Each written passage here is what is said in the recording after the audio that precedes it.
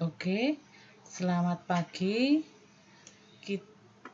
Kita akan belajar tentang teori pengantar aljabar abstrak. Nah, pengantar aljabar abstrak itu berkaitan erat dengan mata kuliah teori himpunan dan logika. Jadi, mungkin Anda bisa menggunakan catatan atau buku saat kuliah aljabar abstrak itu dengan buku-buku yang saat Anda belajar logika dan teori himpunan. Oke. PAA itu pengantar aljabar abstrak itu sebenarnya hal yang mudah, cuma Anda sudah sudah terpikirkan bahwa aljabar itu susah, apalagi ini abstrak. Nah, itu jadi ada dua kata, yaitu aljabar sudah susah, ada kata abstrak juga. Jadi itu jadi satu, mungkin itu akan mengatakan wah itu pasti sulit sekali. Sebenarnya tidak. Sebenarnya nanti kalau Anda bisa menguasai aljabar abstrak ini, Anda yang akan mempunyai masa depan seperti itu. Karena apa? Ilmu aljabar abstrak ini saat ini nanti kedepannya itu bisa membangun suatu sistem ilmu pengetahuan baru atau produk-produk teknologi baru yang asalnya itu dari ilmu aljabar abstrak ini, begitu ya.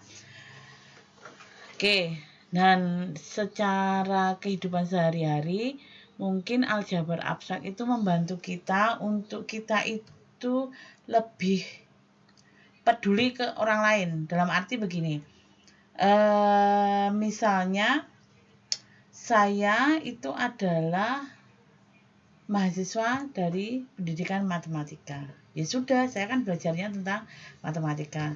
Kemudian saya ingin mengembangkan diri di suatu komunitas tertentu yang isinya bukan orang matematika atau yang tidak belajar lebih dalam tentang matematika. Oke. Tapi dalam komunitas itu terdapat beberapa orang yang belajar tentang matematika. Nah, saat berkumpul bersama, Anda itu akan membicarakan tentang masalah modulo atau kongruensi. Pasti akan ada yang sebagian anggota komunitas itu akan tersisih karena mereka tidak tahu apa itu modulo, apa itu kongruensi. Nah, oleh karena itu pastilah kita, supaya semuanya tidak merasa terasing, kita peduli dengan orang lain bisa menimbrung dengan apa yang kita bicarakan itu, maka kita akan membatasi, oh saya berada pada komunitas A, maka yang akan saya diskusikan atau saya obrolkan secara santai atau serius itu adalah topik-topik yang berkaitan dengan komunitas A tersebut. Nah, itu adalah kita pelajari dalam secara tidak langsung dalam pengantar aljabar abstrak ini. Ya, jadi semestanya kita itu ada di mana, maka itu yang akan kita bicarakan, itu yang aturan-aturan yang ada pada komunitas itu atau semesta itu yang akan kita gunakan, begitu. Seperti itu ya. Oke, itu pengantar saja. Nah, sebelum masuk ke materi utama, saya review dulu. Nah, review tentang himpunan. Nah, Anda sudah tahu apa notasi himpunan seperti ini. N itu adalah himpunan semua bilangan asli. Anggotanya Anda sudah tahu. Notasi set itu adalah notasi untuk himpunan semua bilangan bulat. Anggota-anggotanya sudah tahu. Q itu adalah notasi untuk semua bilangan rasional. Biasanya ini digunakan untuk dengan menggunakan syarat keanggotaan, yaitu apa? Q atau himpunan semua bilangan rasional itu syarat keanggotaannya adalah semua bilangan yang dapat kita nyatakan dalam bentuk A per B dengan syarat A dan B-nya adalah bilangan bulat, dan satu lagi syaratnya adalah B tidak boleh sama dengan 0. Nah, setelah kita punya bilangan rasional, kita juga punya yang lebih luas lagi, yaitu himpunan bilangan irasional. Yaitu apa himpunan bilangan rasional? Himpunan bilangan yang berbentuk pecahan, tetapi pembilang dan penyebutnya itu bukan bilangan bulat. Ya, jadi bilangan irasional itu adalah suatu bilangan pecahan dengan syarat pembilang dan penyebutnya bukan bilangan bulat. Kalau pembilang dan penyebutnya bilangan bulat, dia akan masuk dan syaratnya penyebut juga boleh sama dengan 0. Itu syaratnya adalah syarat dari suatu bilangan rasional, itu bedanya. Nah, lebih luas lagi yaitu bilangan real yang selama ini sering kita gunakan, yaitu adalah gabungan dari bilangan rasional dan bilangan irasional. Biasanya dinyatakan dalam bentuk garis bilangan seperti ini. Nah, terus ada satu lagi himpunan bilangan yang lebih luas lagi, yaitu himpunan semua bilangan kompleks. Nah, dinyatakan dalam syarat keanggotaan juga, yaitu A plus BI, di mana A, B elemen bilangan real dan I kuadrat sama dengan negatif 1. Begitu ya. Oke, nah ini kalau saya gambarkan dalam diagram Venn, yang paling kecil adalah himpunan bilangan asli, yang lebih besar lagi bilangan bulat, lebih besar lagi bilangan rasional lagi, lebih besar lagi adalah bilangan real, dan lebih besar lagi adalah bilangan kompleks. Seperti itu. Oke.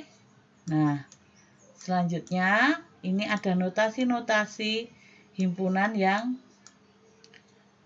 seperti ini. M kali N, R itu adalah himpunan semua matrik berurut M kali N dengan entry-entry-nya adalah bilangan real. Contoh misalnya saya punya M3 kali 2R, yaitu apa? Himpunan semua matriks, ordonya berapa? 3 kali 2. Ordo 3 kali 2 itu adalah matriks dengan barisnya 3 dan kolomnya 2, yaitu bentuknya seperti ini, himpunan semua matriks 3 kali 2, di mana entry-entry-nya matriksnya adalah elemen R atau himpunan bilangan real. Dengan I-nya berapa? I-nya disertakan 1, 2, 3, dan J-nya 1 dan 2. Nah, sekarang saya ingin Anda coba menuliskan notasi syarat keanggotaan himpunan M kali N R dan himpunan M kali N set. Itu notasi kalau dinyatakan dalam syarat keanggotaan bagaimana ya. Oke, selanjutnya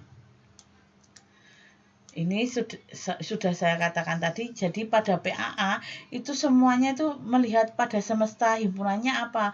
Misalnya ya, saya bicara di bilangan rasional. Nah, terus saya mengambil suatu bilangan X itu dalam bilangan rasional, maka X itu harus dapat dinyatakan apa? A per B dengan A dan B-nya bilangan bulat dan B-nya tidak sama dengan 0. Jadi begitu ya.